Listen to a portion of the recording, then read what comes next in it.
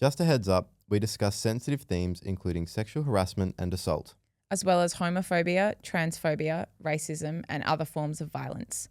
Please listen with care and compassion for yourself and switch off at any point. We've put links for support services in the show notes. This podcast was recorded on the lands of the Gadigal and Bidjigal people. The moment we've all been waiting for, I've been waiting for. The menstrual cycle. I'm on the edge of my seat, Annabelle. Take it away, Oni. The great gender expectations merger of 2026. And he said, Claudia, it's because you're a woman. And if you've been with someone, you lose your value. Whoa. The gender expectation on women is to want to have kids because you're having to explain to someone why you don't want them, which tells us that that's the default. Yes. But no one ever goes, oh, wow, why do you want kids? And this is when your body goes, oh my God, I'm so embarrassed. I thought we were going to have a baby. And I've put up all this wallpaper and I'm just tearing it down. And what that is the uterine lining. And they're going, don't look at me. An online petition has gone viral. Concerns that Teach Us Consent has with the algorithm. To mandate holistic and age-appropriate consent lessons. Teachers Consent's relatable, trusted, and actually so useful. And you incredible people at Teachers Consent. Oh, hey, that's us. Oh, hi. And we're on. Welcome to the Teachers Consent podcast. I'm joined by my co-host Tess and producer Annabelle Kablean. Hello. Hello, Anthony Stefanos. Hello, Anthony Stefanos. Hello, Tess Fuller. Thanks for doing that because I didn't introduce myself. Okay, take up space. On the Teachers Consent podcast, we talk about what social media and pop culture say about our understanding of relationships, consent, and sex. You can follow us on TikTok and Instagram at Teachers Consent and visit teachersconsent.com. There's a stack of resources there, mini docos, other podcasts as well. And you can watch us. If you're listening on Spotify, watch us because the video's there as well. I didn't put a lipstick on for nothing. And nor did you. Exactly. I didn't put this fake moustache on for nothing. Okay. Sometimes these topics can be a little bit tough to discuss. You fumble around a little bit to try and find the right words. And we know that's how it can be in real life as well. So give us a bit of grace and we'll keep each other in check and pick each other up where we need to and support each other as well. So Tess, what do you want to speak about on today's ep? Today, I want to dive into a bit of a TikTok series tell-all from a young Australian woman called Claudia Giblin. Her ex-boyfriend was red-pilled and she took to TikTok to share the warning signs and her experience. And I want to unpack that with you guys. Fabulous. Annabelle. I just have a little palate cleanser to talk about the menstrual cycle. Off our conversation last week where we were learning about different types of discharge, I thought we'd carry on from there with a little sex ed with Yes. Happy days. And I want to talk about Jason Bateman and Charlie XCX's clash that will make you cringe. I'm just going for a bit more of I'm trying something. More here, of a clickbait headline? Hook headline type of thing. Yeah. Right? Spoiler alert. They didn't fight. Shush. Don't Let 'em tell find them that. out. Everyone likes to know it all. Let them stay tuned. Okay, on with the show. All right. So Claudia Giblin is an Australian woman living in New York. And she took to TikTok, as we said up top, to talk about when her ex-boyfriend was red-pilled. It's like a 5-part series. She goes into a lot of detail about exactly what transpired in their relationship, some of the early signs that perhaps he was ingesting some information online that was degrading women and affecting their relationship because of that. I want to play you guys a quick grab from one of them. There's obviously so much more and I'll go into more detail about what she said, but let's focus our eyes on this right now. You can watch it if you're vodcasting, by the way. And he's sitting there at my living room with my diary. He'd found my diary. And he had read my entire diary back to front. It was an old diary. There was nothing in it about him, okay? But I walk in and he looks at me. He slides the diary in front of me and he goes, Claudia, are you just some low-value fucking woman? And in that moment, the glass shattered. And I was like, what? And he goes, are you just some low-value fucking woman? I was just in shock. He then starts going on this tangent about wife material, the value of women, and I start bawling. I'm like, oh my God, I don't know what to say. The number one thing he was then demanding was information about my ex-boyfriends, ex-partners, and all those things. And I had past boyfriends, he had past girlfriends, and I questioned that back to him. I said, why are you so hung up with that about me? And he said, Claudia, it's because you're a woman, and if you've been with someone, you lose your value.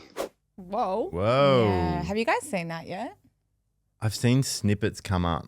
Not the whole, do you say 5-part? Yeah. Yeah, I haven't seen all of them. It's totally worth a watch if somebody has the time and interest.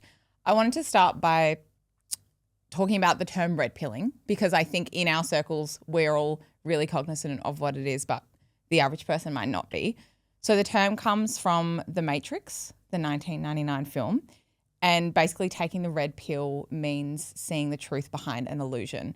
And online in certain spaces, the term has been hijacked by people who claim that they're waking up to like the truth about women and feminism. They are becoming awakened to the idea that men actually don't hold systemic power in society, and it's women who are socially and economically and relationally in control. So that is what red pilling is. Right.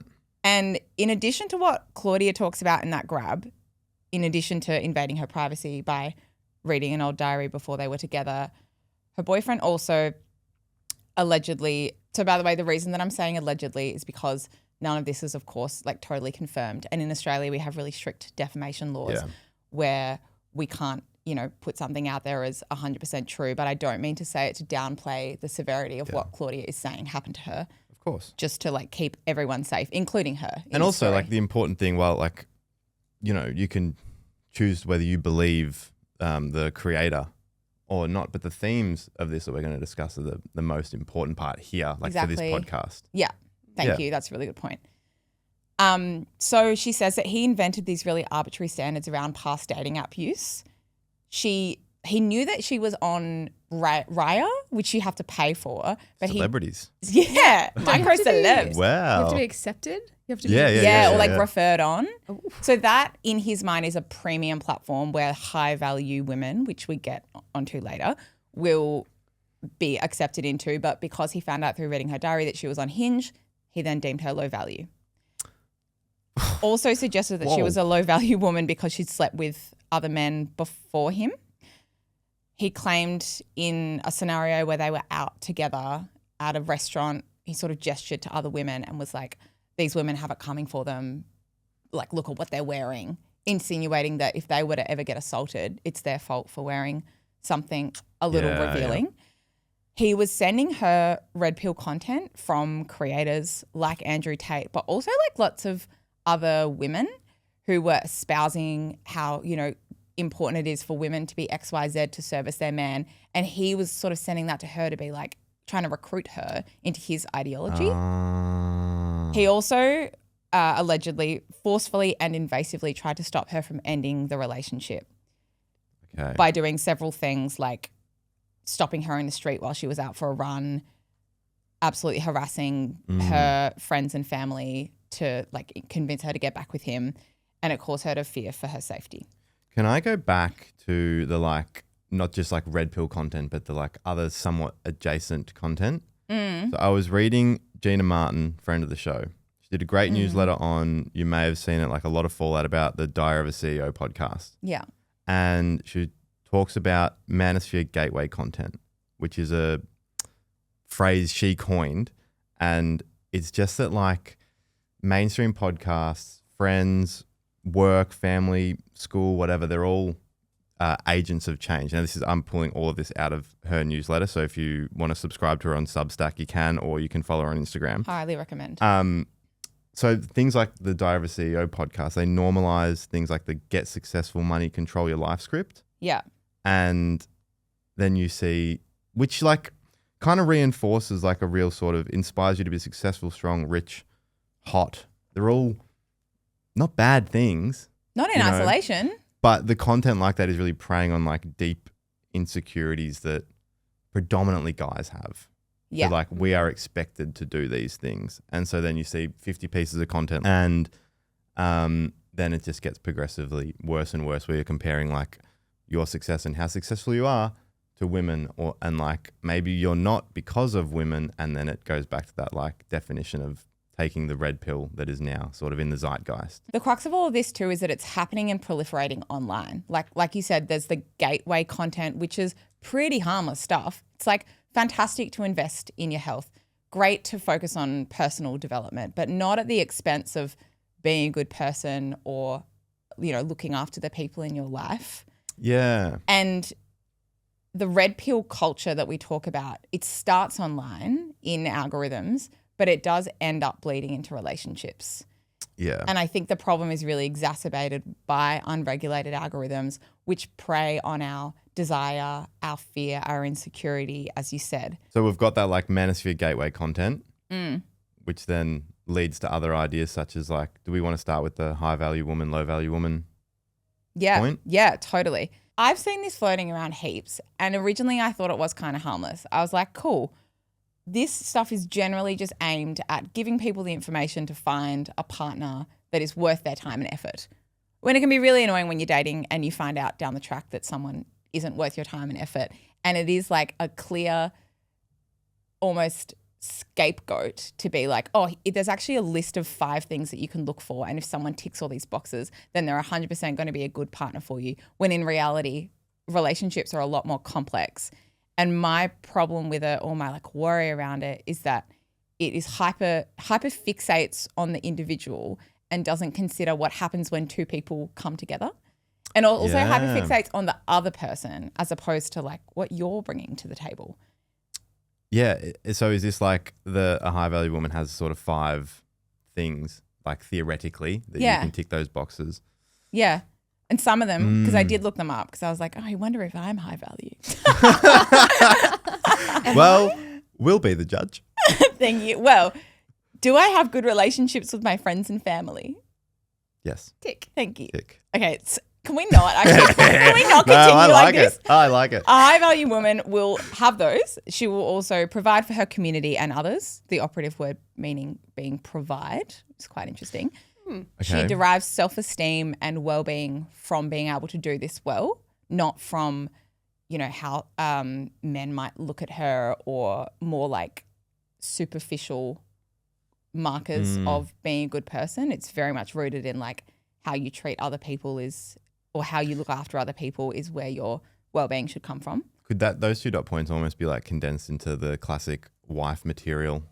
Yeah, totally. Yeah. And like we were talking about last week, this like Madonna whore complex, which we don't have time today, but you can go and listen to that from either last week or the week before. That's the beauty of a podcast. It doesn't expire like an Instagram story. It'll still be there.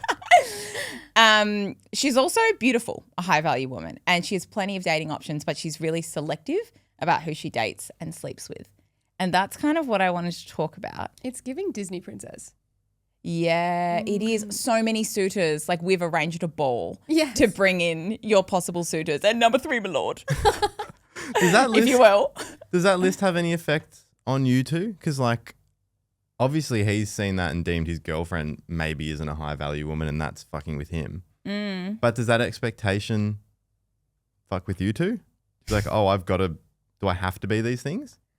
Yeah, I think like we were saying, in isolation, these things are pretty good things to strive for. Yeah. But it's when that is the only way to be a high value woman and you don't have space to be career driven or focus on yourself, not your family and friends for a little while, or like pursue goals outside of the realm of traditional femininity, that it becomes really stifling. And it also is sort of saying that if you want to get a man, you have to be like this. It's not like if you want to be a good person in the world or you want to have self-fulfillment. It's a prescriptive list for something that not everyone is striving for. Yeah, Belle? absolutely. I feel like it's kind of co-opted the idea of like what values you're looking for in a relationship and moved it into like you have to fit in this category. It's like really everyone should have individual values that are of more value to them. So it's strange. And also a lot of those are like selflessness, right? Like giving back to the community, giving back to your man, family. But it's not really coming from a selfless place if you're only doing it to achieve a particular goal. So it feels kind of contradictory to me. Yeah. So I don't like it. There is a bit of irony in there for sure. The other thing the term like high value and low value does is it sets the dating landscape up as a marketplace. Like the image that brings to mind is that we can rank people and you like want to start at the top and get like the most valuable commodity or good. And if you can't get that, then you can go below. And that For the knockoff. literally The dupe, for the Temu version of the high value woman. And that is just not how we should be approaching dating. No. It's such bizarre language. It's very capitalist. Wait, and so is a low value woman the inverse of these points? Yes. Okay, just wanted Yes. to confirm. Yes. But back to this thing that I wanted to focus on, which is that she has plenty of dating options, but she's very selective about who she sleeps with. This brings us to the issue of body count. And what Claudia tells us in her TikTok is that her boyfriend suddenly got really upset with the fact that she'd slept with other people, which, you know, he knew, but he read about in her diary, I would assume, and that there was a bit of a double standard going on where he was allowed to sleep with whoever he wanted to, you know, exercise his sexual agency, which we all have and we're all entitled to do if we want to. But there was a double standard for her where she suddenly became run through or, you know, low value, as she says. I mean, that stuff like starts in high school. Yeah. Like if you're a guy and you get with a lot of girls, you're a stud. But then the value thing, the ranking comes back. Because if you get with a lot of girls that aren't deemed as hot by your friends, then you're not, then like, I don't know what you would call someone like that. But like that's without the language of like high value, low value back then. It was still like there. Yeah. Did you feel that pressure? Totally. Yeah. Yeah. And like you could sense, which I think we've spoken about as well before on the pod, and then you could sense that like there was a different pressure for the girls that we didn't acknowledge, but you knew that like you knew that if a girl had got with a lot of people, why is she getting called a slut when this guy's not, you know? Yeah. It's just such a load of shit because yeah. like the concept of virginity, although in many religious and cultural contexts is like heralded and a really important part, and I don't want to take that away from anyone, you don't lose or gain anything when you have sex. It's simply a new experience. Maybe you gain a new experience. Yes. Yeah. But you certainly, for women, you don't lose anything. And this narrative around her losing value by having exercised her sexual agency is just purity culture repackaged. But it basically just frames sex as something that women have to withhold from men until they meet the right one, and then they have to give it up to them, or give up their virginity or hand it over. Yeah. But it puts us in such a bind because simultaneously when you start sleeping with someone, you're expected to be really good at it and to be able to perform in a way that pleases them, to keep them, because of this idea that's socialized into us that if you can't please your partner in bed, then you're going to lose them or they're going to go and sleep with someone else. So you want to be good as well. It's just like an impossible paradox that people find ourselves in. But the point is that no one is born with these beliefs. Like they're socialized into us. Like no one is born thinking that men should be having heaps of sex and women shouldn't at all. It's like something that we're taught and it's reinforced by culture and in the relationships that we're in. So what I kind of wanted to get to with this was like, this behavior is learned, or these thought patterns are learned, and we can unlearn them by having these kinds of conversations. Yeah. Having them out loud with people that aren't necessarily your partner, I think really helps too. Because you take that like the dynamic of the relationship out of it. Because a lot of the time, like he wouldn't maybe speak to, if he had a female friend, this boyfriend that Claudia's been talking about, probably wouldn't speak like that to them. Yeah. There's always a slight different dynamic in relationships. Yeah. So if you can have this this conversation with other people, that could be helpful. Yeah, totally. Definitely. Putting aside the invasion of privacy that he's allegedly done by reading her diary, it's like there's certain things you maybe wouldn't want to ask your partner about their past, and that's fine. But you're kind of hurting your own feelings if you do that. Like you've overstepped your own boundary by going, now I'm finding out information that I actually don't want to know. Like you can decide how much information you find out about your partner's previous experiences. So. Yeah. And if you think that you're a person who gets jealous or that like hearing something like this could trigger you, then put your own boundaries up. Don't ask the questions if you don't want to know, if you think it's going to bring out a side of you that you can't regulate yet. Yeah, maybe talk to a friend about that before you go down that path. Yeah, totally. The other thing I want to chat about is this idea that women have it coming for them based on what they're wearing. Claudia also alleges that throughout the course of their relationship, he started controlling attempting to control at least what she was wearing, judging her friends for what they were wearing, or just generally what they got up to. And I want to talk about this through the lens of victim blaming. So victim blaming, doing what it says on the tin, basically, which is that instead of focusing on the perpetrator of sexual violence or sexual harassment, we focus on the victim and blame them for what happened to them. as if to suggest that they could have done something to avoid that in the first place and that they had it coming for them. Yeah. And I mean, I feel like we're going to go into like the what they were wearing argument, but I feel like it presents in all different ways. It's like you said yes to a drink at the bar. Yeah, you were Gave flirting. him the wrong idea. You were flirting with them earlier Yeah. on. Yeah. I was thinking about victim blaming this morning as well, and it happens to all of us in many ways outside of a sexual context. Like I was thinking about really like when we're kids, really young people, when a kid is being bullied, sometimes there will be this message of like, well, maybe if you acted differently, they wouldn't pick on you. Or like you're being too sensitive instead of looking at the bullies. Yeah, don't put First. yourself out there. Yeah, exactly. You're Or right. suggesting that if you like manipulate or mold your personality in some kind of way, you can avoid other people doing harm to you, which is so unfair. And it ingrains this victim blaming narrative in all of us so that when we grow up and more egregious harms occur, maybe I'm positing that stuff is kind of normalized, that attitude. I mean, you could go back to the last episode we did as well about false accusations and why someone might not report. Links back to that. So go have a listen to that ep as well. Yeah. But carry on. Well, I think on victim blaming, it is almost like a psychologically easy thing to do is to avoid confronting the fact that people that we know or just people in the world are capable of doing a lot of harm.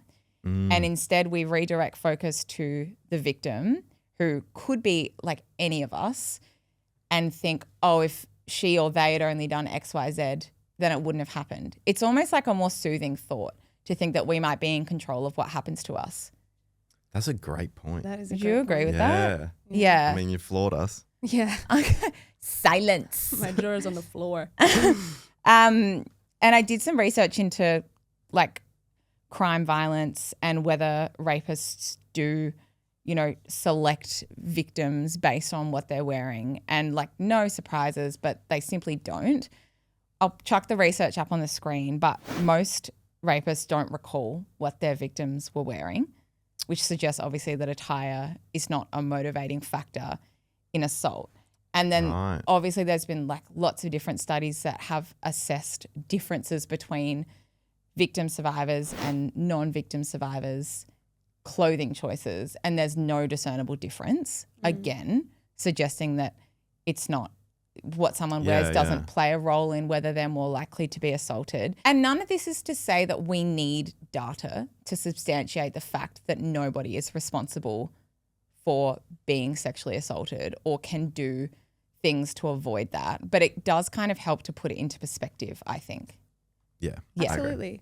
And to borrow something also from Gina Martin, she said on one of our other podcasts, which you can find online, she mentioned that this idea of like, oh, if I dress differently, harm won't befall me. It's like you're kind of then just like assuming that harm would befall someone else instead. So you're just shoving it along rather than going, how do we make no harm happen in the first place? It's like, I'll be fine because I'm wearing X. This person dressed differently. That's their problem. Yeah. It's their problem now. And that's not really very helpful either. Yeah, she cooked with that. I'll put it in the show notes. And so did you by regurgitating. Thank you. But as a 26-year-old, I've only just learned about discharge, and it was news to me. The moment we've all been waiting for, I've been waiting for. The menstrual cycle. I'm on the edge of my seat, Annabelle. Take it away, Oni. And Okay. discharge. Well, yes. Basically, the reason I wanted to talk about the menstrual cycle is because last week we had a really quick discussion about discharge and how Anthony had only just discovered it. Which I Thank you for sharing have had with a the lot of class. time to think about saying that. Regret it. No, I think it's No. good because there's a lot of young men and also people in general that don't actually have as much information about menstrual cycle, discharge, all sorts of things that are going on inside their body because they maybe didn't get that information at school, and it's worth talking about because it's either happening to you or it's happening to somebody that you know. And information is power, as they always Oh, say. that's such a good point. So the menstrual cycle, it's 4 phases. You've got menstrual, follicular, ovulatory, and luteal. Okay. And basically estrogen and progesterone, which are hormones in your body, they run the show here. And the whole cycle is about an egg preparing to be fertilized. But what happens in your body is all in aid to that. And what happens with your discharge is also all in aid to that. How long is the average cycle? The average cycle is around 28 days. But everyone's different, but averages out to about 28 days. Yeah. Okay. So just under a month. Good to know. if you- I mean, that I knew. I mean, I knew it was roughly You don't a have to month. prove yourself to anyone Allegedly. here, Anthony. Just thinking if someone's watching that question going, this guy knows nothing. Why am I listening to him? Okay. Well, we start counting the cycle from menstruation, which is your period when you bleed, and that typically lasts around 5 to 7 days. And this is when your body goes, oh my God, I'm so embarrassed. I thought we were going to have a baby. And I've put up all this wallpaper and I'm just tearing it down. And what that is the uterine lining. And they're going, don't look at me. Sorry. The cradle's being thrown out. Yes, ow, I really thought it was going to be something else this month. Whoopsie. And so your uterine lining, it goes away, comes out of your cervix, down your vaginal canal, and that's what the period, the blood that you see. It can be clotty, it can be liquidy, it can be whatever, and that's your discharge for that period of time. So around 5 to 7 days. So blood is discharge. Technically, yeah, because it's coming out of, or you would Idiots. have discharge around the same Obviously. time. Well, it's Sorry, like, Annabelle. No. Don't worry about me. You would maybe have discharge at the same time because that's like your vagina's still self-cleaning and stuff, but you wouldn't notice it so much because the blood's the main event. Yeah, Yeah. cool. All right. And then when your period's finishing, it's really normal to have some sort of brown discharge because that's the end of the blood coming out. There's nothing wrong with you. It's just like the little bits that are left. Okay. But sometimes I think people see that and they're like, what the hell? But very normal. So from there, you move into your follicular phase, which is when the body's preparing for a new egg. Let's go, girls. Yes. The uterine lining starts to thicken. It becomes a really nice environment for both the egg and the sperm that might come over. There's not actually heaps of discharge in the first few days after your periods, and some people feel like it can be quite dry, which is worth noting. Okay. Maybe like 2 to 3 days.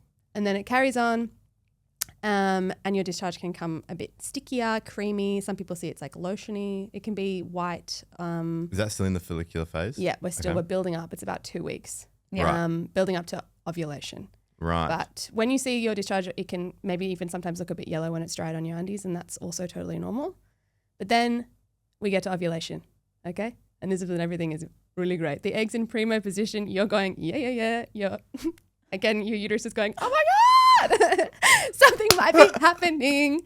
And this is like when you're feeling really hot, sexy, and maybe horny. Again, for the egg. Yeah, I had horny question mark written down. Oh, he's taking notes. Horny, tick. Dude, I prepared for this like I was sitting an exam. This is the HSC. The point was that you were meant to come unprepared. I thought I was going to be running it, so I was No. As we Glasses know, on. estrogen and progesterone are running this show. Back to you, Annabelle. back yeah. to you. This is when your discharge could be really slippery, kind of like what's often described as like egg white consistency. And if like you put it between your fingers, it would like be very stretchy. And that just is, again, really optimal conditions for sperm to get to the egg. To get where it's got to Ah, go. Yeah. the discharge part is where I didn't do research. Yeah. So that. That's so This interesting. is for It's you. so interesting. Okay, I hope you're taking notes. Yeah. It's for everybody. That's true. Then post ovulation, you go into your luteal phase, and your discharge will lessen to what it was previously because you can have quite a lot of discharge when you're ovulating. If anyone's maybe felt that like, oh, a bit extra down there, that's because you're ovulating. Okay. And then the consistency also changes. It's when it gets a bit more sticky, a bit more clumpy, maybe for a week or so, and then you move back into your menstruation and we begin again. But everyone's cycle is different and everyone's discharge is different and everyone is unique. So I would like to say that maybe this pattern looks slightly different for you, and that's absolutely okay. That's so much to go through. When you like write it down and read it out and think about that happening to like one of the main parts of your body, And that's just the tip of the iceberg. nothing happens there.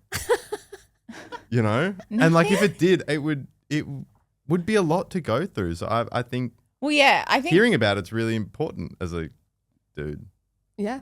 And that's just the discharge. I haven't Yeah. even told you about the moods. Oh, please, actually. That's very interesting to I me. am giving a very summarized version of the menstrual cycle here. Yeah. And I would like just to say that there's so much more to it. And it is really, really interesting. And I'll pop more information in the show notes because it's worth learning about for yourself or for others. But another quick little thing is the different moods and feelings and energy levels that the different hormones that you have throughout this period that dictate why the discharge is changing really can change for people when they're going through this like 28-day cycle. So when your estrogen is up, which is like post-period, you have more energy, you're more social, your skin is glowing, you're feeling good, your estrogen keeps rising as you move towards ovulating, and that's when, you know, you're on top of the world. You maybe feel more horny, but also like your pain tolerance is even higher. Like it's a great time to exercise. Like all of that is making people feel really, really good. After ovulation, the estrogen drops and progesterone starts to take over, and you can kind of have the inverse. So maybe your skin's not glowing, you got acne, you're feeling a bit more tired, you're a bit more irritable. You might have cravings for certain foods, and then as you carry on through the cycle, that's what we like to start to refer to as PMS, which is premenstrual symptoms. And that's when you might have mood swings, you might get a bit teary, sometimes people's boobs hurt, often people get headaches. Maybe it's hard to concentrate, you get brain fog, and then you get into your actual period and there's even more physical symptoms like cramps, backache, leg ache.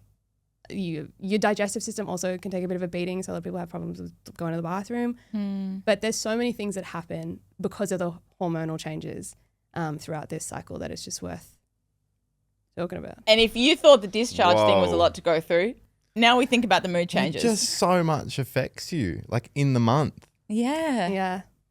It's crazy. I don't have a concise sentence to like say how I feel about that, other than like that's information is power, like you said earlier in the app, and like that's crazy to know. They're also. Oh God, I sound so naive. No, you obviously knew something. Yeah. I think we talk all the time at work about how everything grinds to a halt when we're in our luteal phase or menstruating, and we all happen to be synced up. But what we don't talk about is how we are capable of world domination when we're in our ovulation phase. Like the number of emails that get sent in a 2 to 3 day period. Yes, I can know everyone's ovulation based on how full my inbox is. Like, we're cooking today, girls. Yeah. Or we think of an idea and we just act on it. Like, isn't that crazy? Okay, can I something there has made me think of a question. Yeah.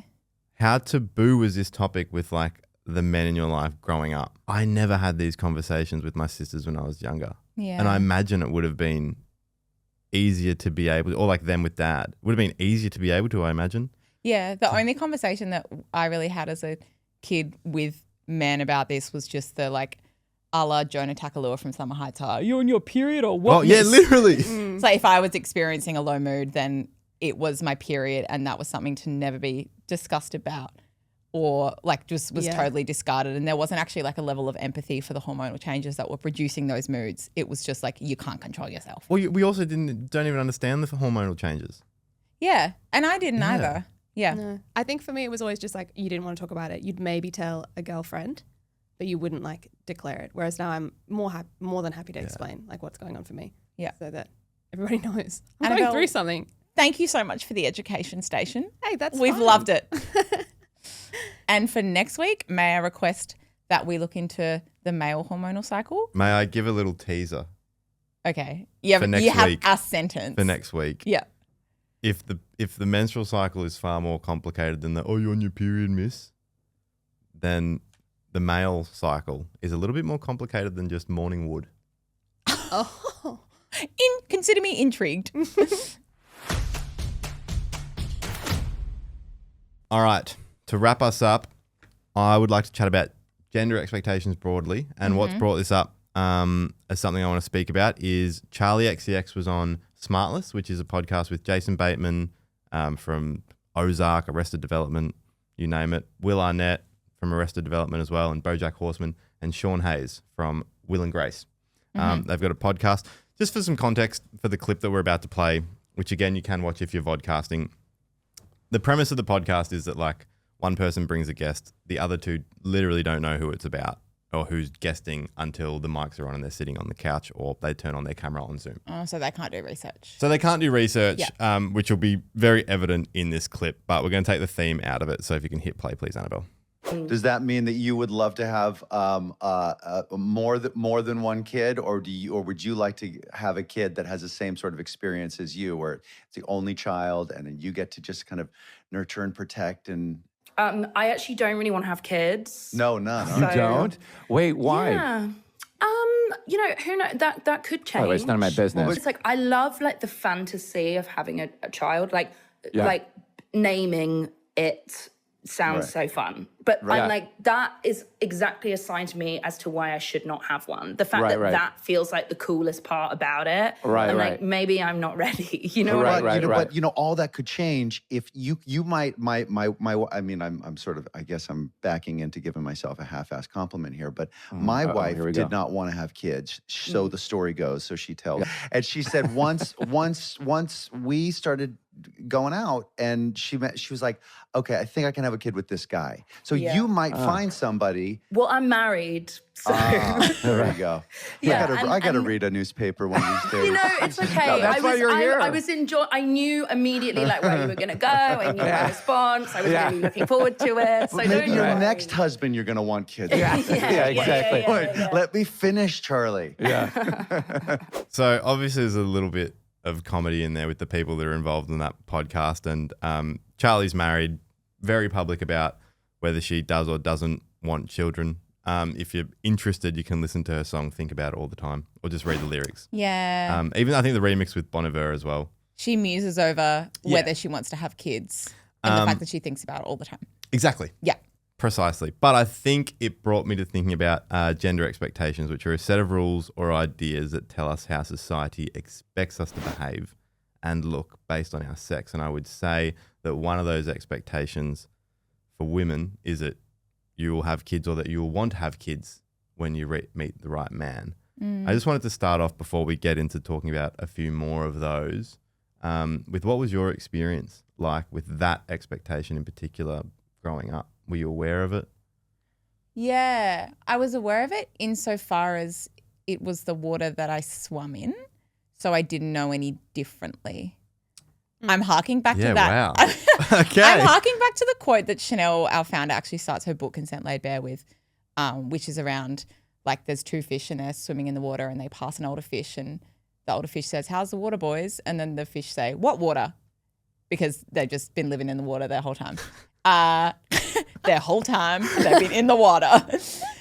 So I don't think I became acutely aware of it until I started seeing people my age in my early 20s have babies and then go, oh, wait, that's actually not something that I want to do. But I think this whole time I've been thinking that's something I have to do. Yeah, it's the only option. Yeah. Yeah. What about you, Annabelle? Same kind of vibe. I think I thought the same thing. Like growing up, you see mum, dad, 2 kids, and you just assume that's what you'll be doing as well. Yeah. I mean, as a guy, I had the same sort of thing. It was like, oh, I will eventually do that. Yeah. And I will eventually provide for them. Yeah, like that's which the is end stressful. goal. That's a lot to do. That's a lot of pressure. It's a lot to do, yeah. Yeah. If you told me I had to run a marathon, I'd be pretty stressed. But I would know how to I can train for it. Cool, that someone can write me a program.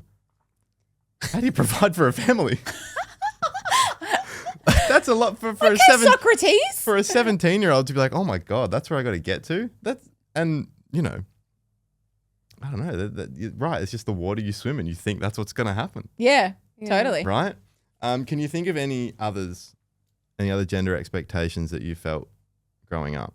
They honestly don't have to be like as big as having kids. It could be what we're speaking about in the high value women chat, which is like the selflessness. Yeah. Yeah.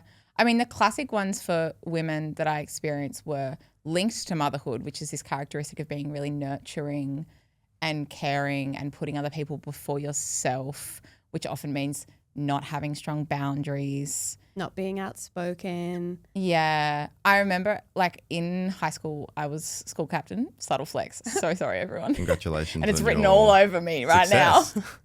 now. Thank you. But I remember thinking even when I was appointed a leadership role that was voted upon by like the school and the teachers, that I couldn't be too leadery or too bossy, or rather like I couldn't be assertive and go after like what I wanted and lead people at risk of being perceived as bossy or annoying or loud, even when I'd been selected for the role. That was something that I kind of grappled with. Yeah, that's tough. What's that feel like? What did that feel like to you internally, knowing that like, was there a conflict of, oh, why can't I do that? Who says I can't do that? Well, I think it's not as cut and dry. It's like everyone is saying that you can do it because you've been given the opportunity. But I just had this sense that was imbued in me through years of like watching film where women are bossy and catty and bitchy when they're in leadership roles, that I couldn't go too far with it.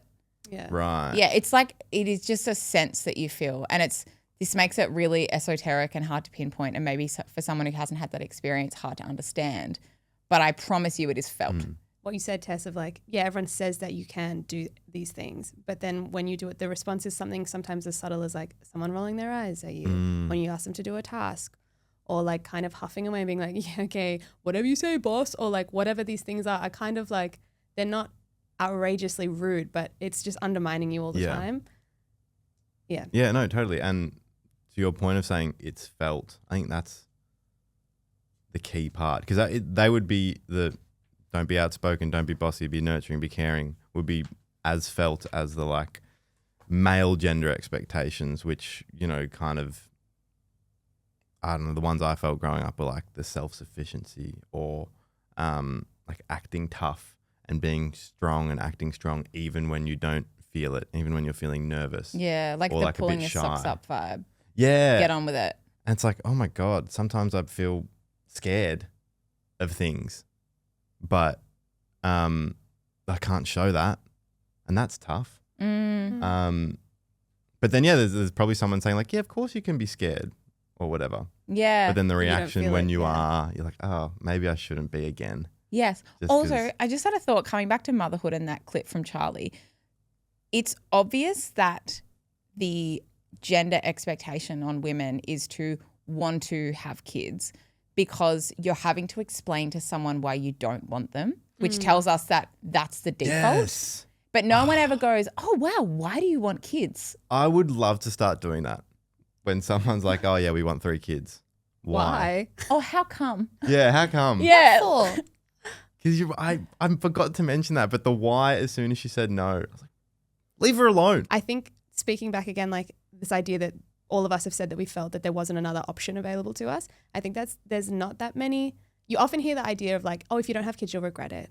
And there's not many people that we can point to and go, well, they didn't and they're fine. And I have completely forgotten the name of it, but I'll pop it in the show notes. But it's an Instagram that I came across recently. And it's basically like showing like childless elders. And so people in their 60s or later who chose to be child free. And they're just telling their experience of being like, no, I don't regret that. And it's not to say like, oh, we should absolutely do as they say, but it's good to see both sides of the coin, you know, rather than only being fear-based. So true. Yeah. And I think the point I want to circle back to with gender expectations is that they do exist, and generally speaking, there are 2 quite separate lists for men and women. And the male ones, and this is again going to, I've mentioned the Jesuit Social Services Adolescent Man Box Study before. Now this is referencing just the Man Box Study for adults. And the gender expectations that they sort of center their study around are 5, a number of pillars. We will put a link to the study in the show notes, but such as the self-sufficiency piece, you got to be self-reliant in regard to your physical and emotional health. You got to act tough and defends one's reputation with words or physicality.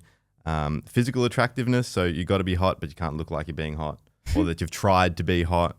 And then there's an aggression and control pillar, and one of the dot points, which could go back to Claudia Giblin's boyfriend, is in heterosexual relationships, a man should always have the final say about decisions in his relationship. So the study found that there's a link between those who most strongly endorse those rules and those pillars and live by them, and those who commit intimate partner violence. And so I think strongly endorsing those rules and only those rules, as the study shows, can lead to you physically harming, emotionally harming others. And the study shows yourself as well. The outcomes of mental health for men who feel that pressure and then adhere to the pressure are really dire too, aren't they? Absolutely. Yeah. The Jesuit Social Services website has all the like different PDFs breaking down different parts of the study, which is really accessible and easy to read and understand if you're interested in it. But the last thing I want to say is it's strongly endorsing those rules and only those rules, you know, and like self-sufficiency is not a bad thing on its own, or acting tough. Like if you move into state you need resilience, or if you move country or have a breakup, you need all those things.